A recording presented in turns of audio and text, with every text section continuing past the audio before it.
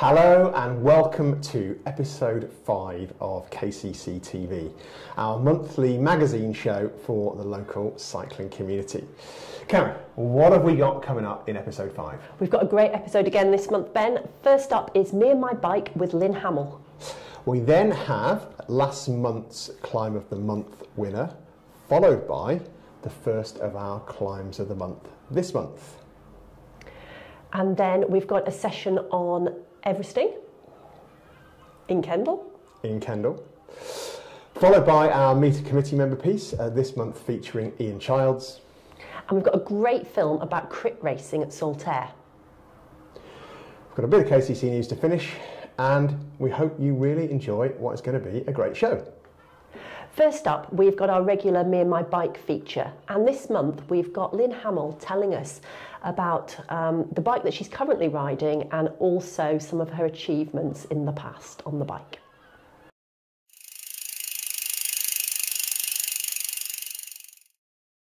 Lynn Hamel, 4 times winner of the World Championship. I've got a watch on her. Go on, Lynn!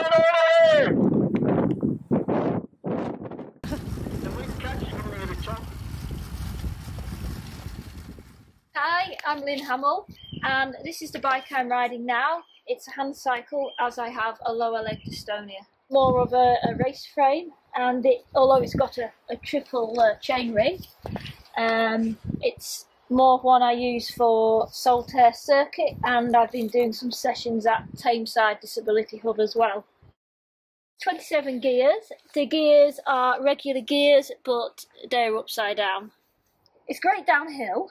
And it's not so bad on the flat, but again, it's still a lot slower on a bike. And uphill, it's quite an interval session because you're like, it's like you're getting under 2 miles an hour near the tops, and you're like, I'm not gonna get up, I'm gonna go backwards, and then you just about get up. And even,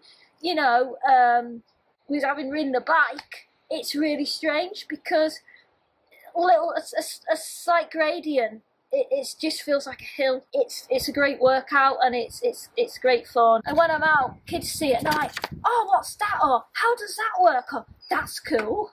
I was 16. I started doing time trials with the Kent Valley Road Club, and there's a couple of distance medals there.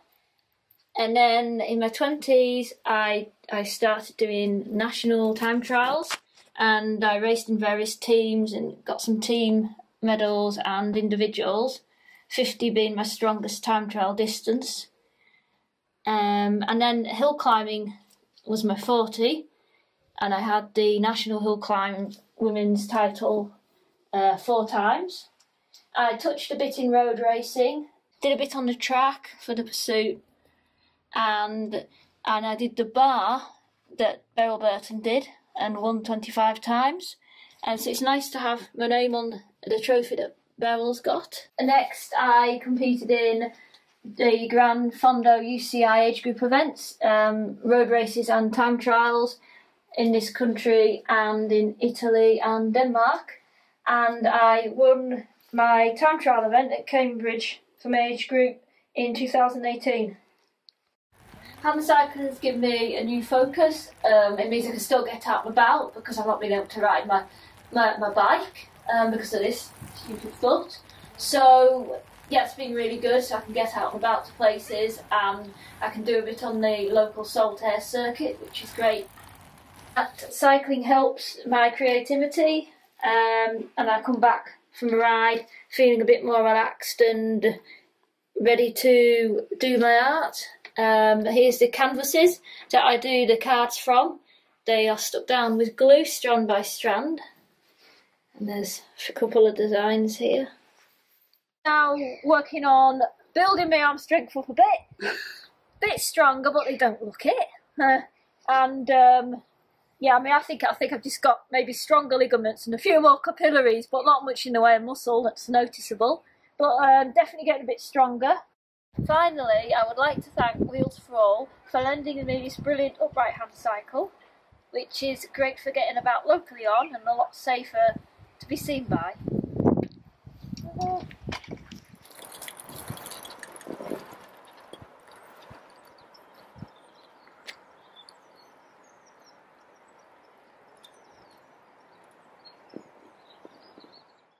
What a great film, Ben.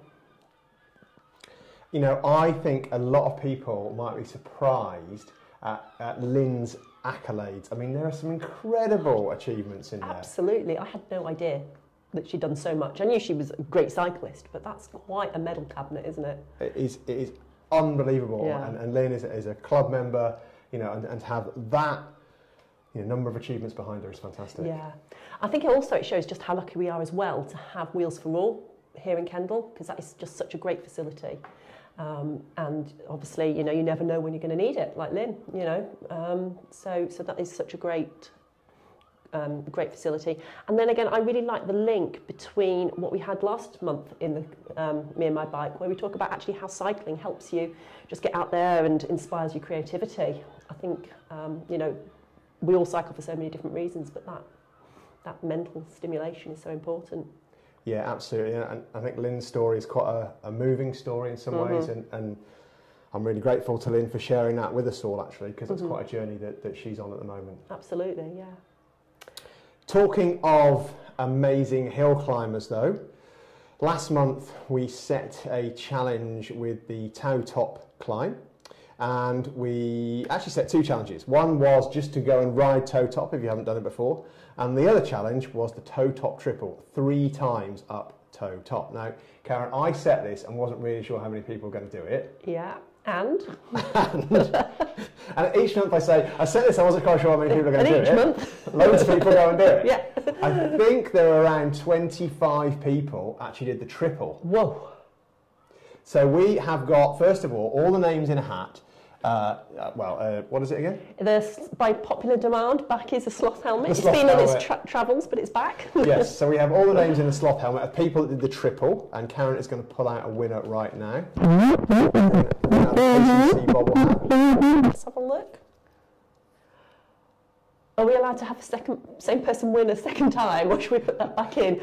I'm sure, much as you like KCC bobble hats, we're going to put this back in because this person won. Padre won last time. Padre, you only need one bobble hat. We're pulling out another one. It was a couple of months ago, so should we pull? Yeah. Yeah, it was a couple of months ago. Yeah. Let me see. Oh, great! A new name, Adam Johnson.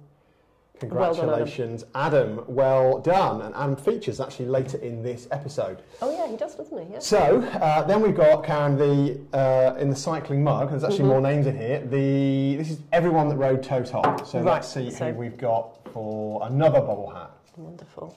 Oh gosh, yeah, there's more in here. Yeah, there's a lot of people out there doing it. Nigel Wood. Nigel Wood. Congratulations. Well done, Nigel. Nigel and Adam. So, what's up next then? We've got a different type of riding this month, haven't we? We do, and this month we have an off-road climb of the month as our first film, and Ruth, Walton and the Wednesday mountain bike crew are going to tell us all about their trip to hike up Nick.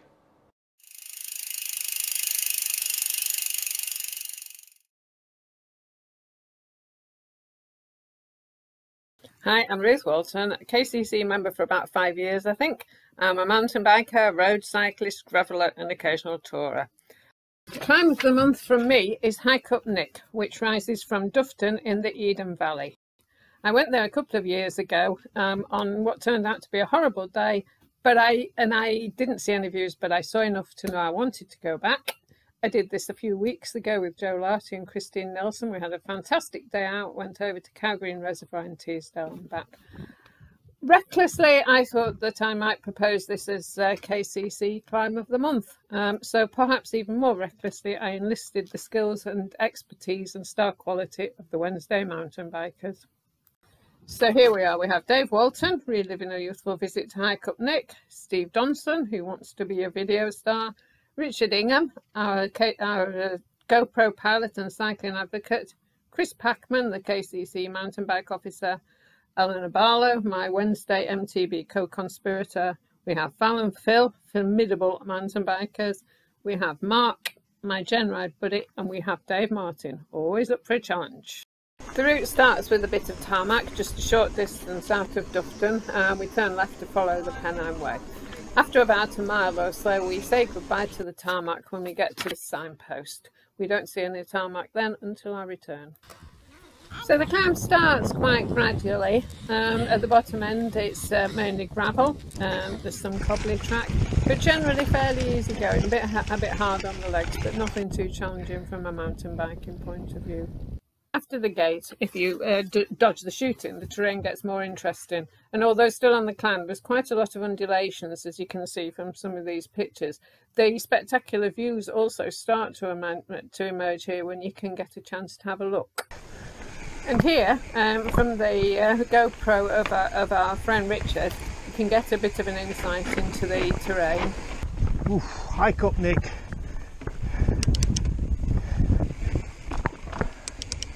Wow. Again, wise not to take your eyes off the track too much, and wise not to stray too far to the right. From the highest point of the right, there's a bit of a grassy descent to the spectacular amphitheatre of High Cupnick. The views are spectacular. I hope I've given you some sort of insight into the route and how the views evolve as you come up here. We continued with a fantastic ride over to Cowgreen Reservoir and back, but the day did take a little bit longer than I'd originally thought it would, so I ditched the idea of coming back down Walton Fell, and we came back down the way we came up. It was generally agreed, I think, that this was probably the better descent anyway. There's also a little bit of cake at the end. Hope you've enjoyed our day out. Just makes me want to get out there and ride my mountain bike. You know what? I don't even have a mountain bike, and I actually wanted to go and ride that. I really love the bit when they're riding along and you've got the huge view of the bowl in front of them. Yeah, absolutely fantastic. Stunning, isn't it? We're just blessed all around us with such great geology.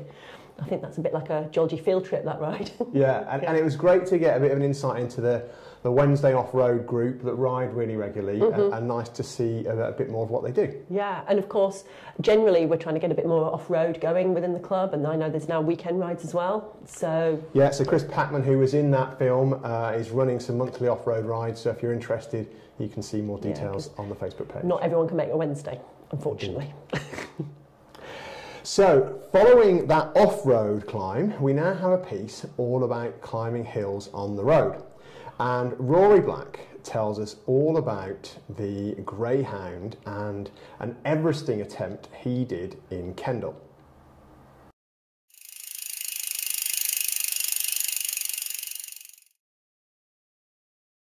What was the worst moment?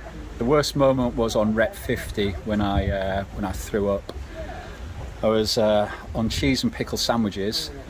Basically every rep I'd stop and have a bite of something, have a drink. And yeah, rep 50, my stomach was just, going nuts, and so I had to empty it in the lay-by. So here we are at the start of the Greyhound climb, following Kendal Cycle Club member and mountain goat Rory Lambeth.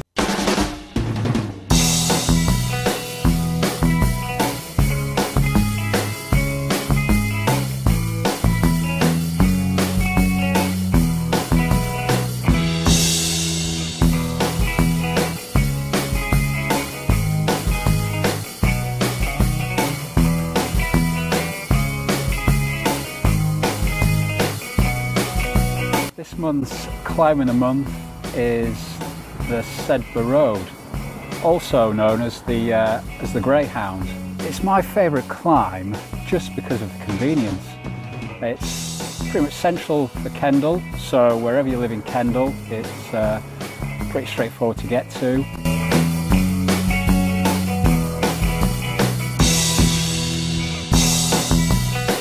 I mean, it is a climb close to my heart. I did this climb in 2015 as an Everest attempt. So Everesting is picking one ascent and climbing up and down the ascent in one attempt over the height of Everest, which is 8,848 metres. So for the Greyhound, that was 56 reps. It was painful. It was probably the most painful experience of my life.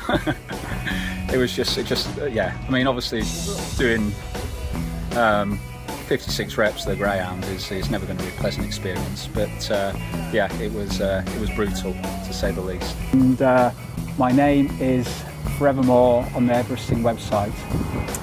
Anyway, enough of this, let's go and climb the hill.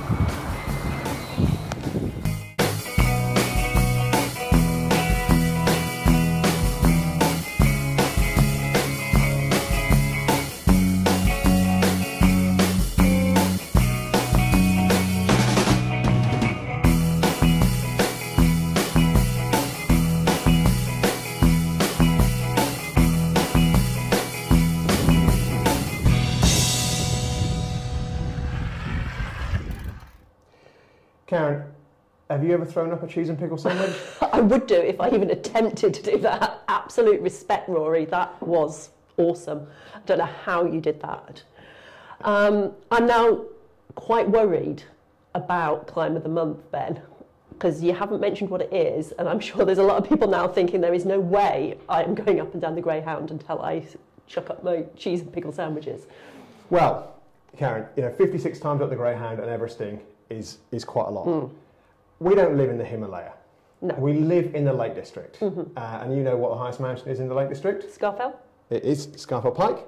So instead of an Everesting challenge, we are going to set a Scarfelling challenge, which is, can you climb the height of Scafell Pike up and down the Greyhound? And that actually equates to 6 trips. 6, right, okay. That's better, yes. 6 trips up and down the Greyhound. Right. So our challenge for this episode is going to be to ride the Greyhound 6 times in a single ride. Or to do the off-road climb of High Cup Nick. So it's High Cup Nick or Scafell. Fabulous. And what makes it even better is that Wheelbase are sponsoring the prize for this month. So anyone that completes the High Cup Nick ride or the Scarfelling challenge of 6 times up and down the Greyhound will be entered into the draw to win a £50 voucher at Wheelbase. Fabulous.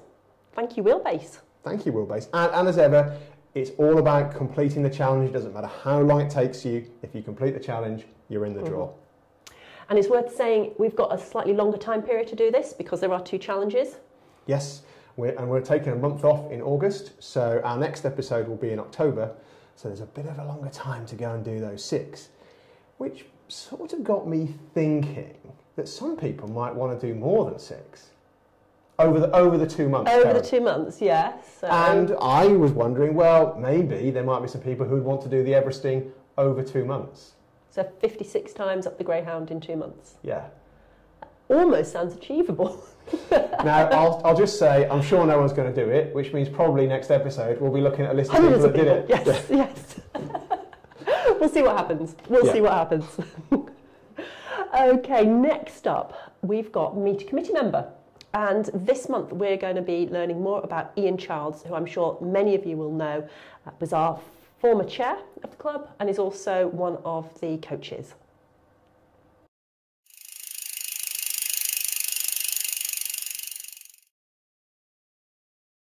Hi, I'm Iain Childs and I'm Kendal Cycle Club coach. I have been on the committee and a member of KCC right from the very beginning, since the very first day. Club coach then involves a range of activities primarily based around the juniors, and that's for mountain biking here up at Home Scales or also at Kirby Kendal School where we teach core skills. Right from very little ones of 4 right up to 18 years old. We also do some adult-based sessions, and it's something that we'd like to do a bit more of in the future. I also look after the coaches, making sure all their certificates are up to date, going on courses that they want to go on, and we're looking at doing some development work with them over the coming months. So I've probably been cycling since I was about 12. I grew up in the centre of Edinburgh, so it wasn't ideal to be out as a youngster on the roads, but over the years I've just always ridden. Cycling is the main thing that I do. I do a wide range of cycling, from mountain biking, gravel, road riding. Favourite is probably anything off-road, just getting out into the hills, whether that's on the gravel bike or on the mountain bike, just getting out there and enjoying the space. So I try to ride pretty regularly, 4 or 5 times a week. Sometimes it's indoors on the turbo, and then a lot of the time it's outdoors, either shorter rides or some longer rides with friends. It's a great way to explore a local area. Yeah, my favourite memory is the Badger Divide. So it's a gravel stroke off-road route going from Inverness all the way down to Glasgow. It's about 2, 3, 4 day, depending on how far you go each day. It's just probably one of the best routes and would highly recommend it to anybody. Two memories really stick in mind over the last few years of coaching. One is seeing the faces of the youngsters when they've finished a session and they've really managed to master a skill or overcome something that they really didn't feel they were able to do at the beginning of the session. The smile on their face, the chatting, it's just great to see. I was very lucky a couple of years ago to be the Northwest coach with the junior team for the Arctic Race of the North over in Bodo in Norway. It was a weekend of racing and it was just great to see these 16 to 18 year olds racing against other international riders.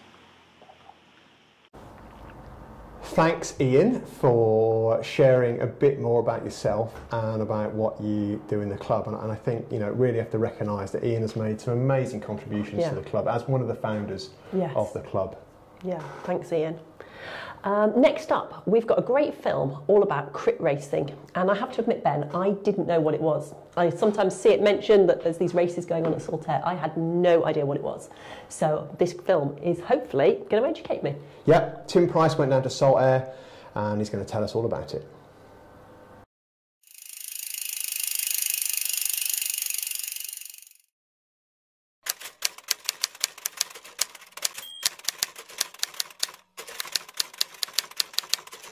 My name's Tim Price. I'm here in Lancaster at Saltaire Leisure Centre to introduce Criterion Racing, or crit racing as it's more commonly known. Saltaire Cycle Track is a course on a tarmac closed cycling circuit.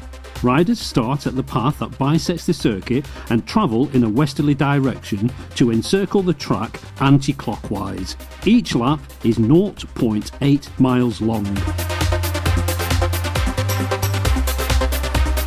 A closed circuit basically means that it is not an open road. The race length can be determined by a number of laps or total time, in which case the number of remaining laps is calculated as the race progresses. The races tonight are a Saltaire Cycling Association SACA Tuesday round 11. There are two races. The first starts at 6:30 p.m. and is a category 2, 3 and 4 race with a duration of 30 minutes plus 5 laps.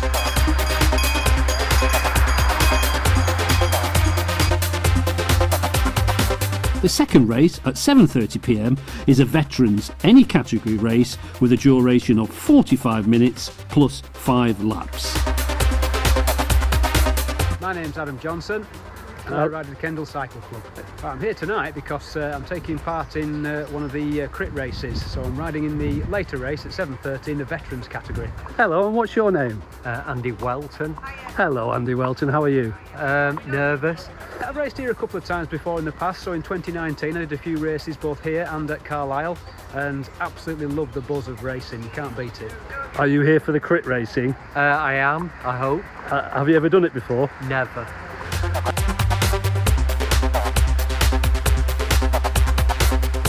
Both races are classified as regional C+ events, which means that they are open to senior and junior riders of all categories with a full racing licence or a day licence.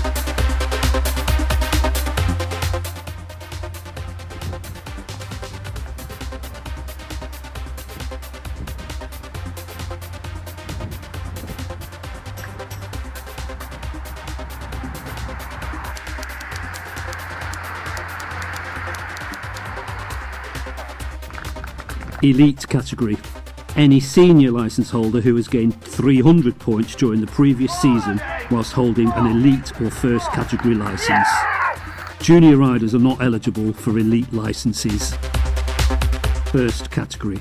Any junior or senior licence holder who has gained 200 points during any one season whilst holding a second category licence. To retain a first category licence for the following season, a rider must obtain at least 100 points in events open to that category of rider. Second category. Any junior or senior licence holder who has gained 40 points during any one season whilst holding a third category licence. To retain a second category licence for the following season, a rider must obtain at least 25 points in events open to that category of rider. Third category. Any junior or senior licence holder who has gained 12 points during any one season whilst holding a fourth category licence. Fourth category. A new junior or senior licence holder or any junior or senior licence holder who has not obtained 12 points in any one calendar year. Riders taking out a day licence are also treated as fourth category riders. Why are you here? We're marshalling for the races. What does marshalling involve? Basically here it just means making sure that people with dogs and don't stray onto the circuit, or the dogs don't stray on the circuit, or general passers-by are aware that there's a race going on, so we keep the riders safe and people are walking around safe as well.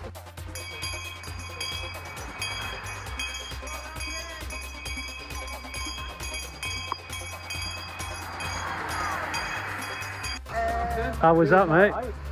Knackering. Was it? Oh, there were some real times there where I had to really fight to cling on, but it's brilliant fun. So how'd you feel, Andy, after that? Oh, fighting fit, could do it again. Not. Did you enjoy it though? Yeah, in a perverse way. If anybody's in two minds about whether to give it a go, just go for it and have a go. Was it harder than you thought? Yes, yeah. So Karen, you said you didn't know what crit racing was. What did you make of that? I think that was great. I think I now know what it is. It's riding around a closed-off circuit for as many laps as you're doing. So what a great film. Thank you, Tim. So, yeah, and I think it also shows that it's open to anybody, really, isn't it? Different age groups, different abilities.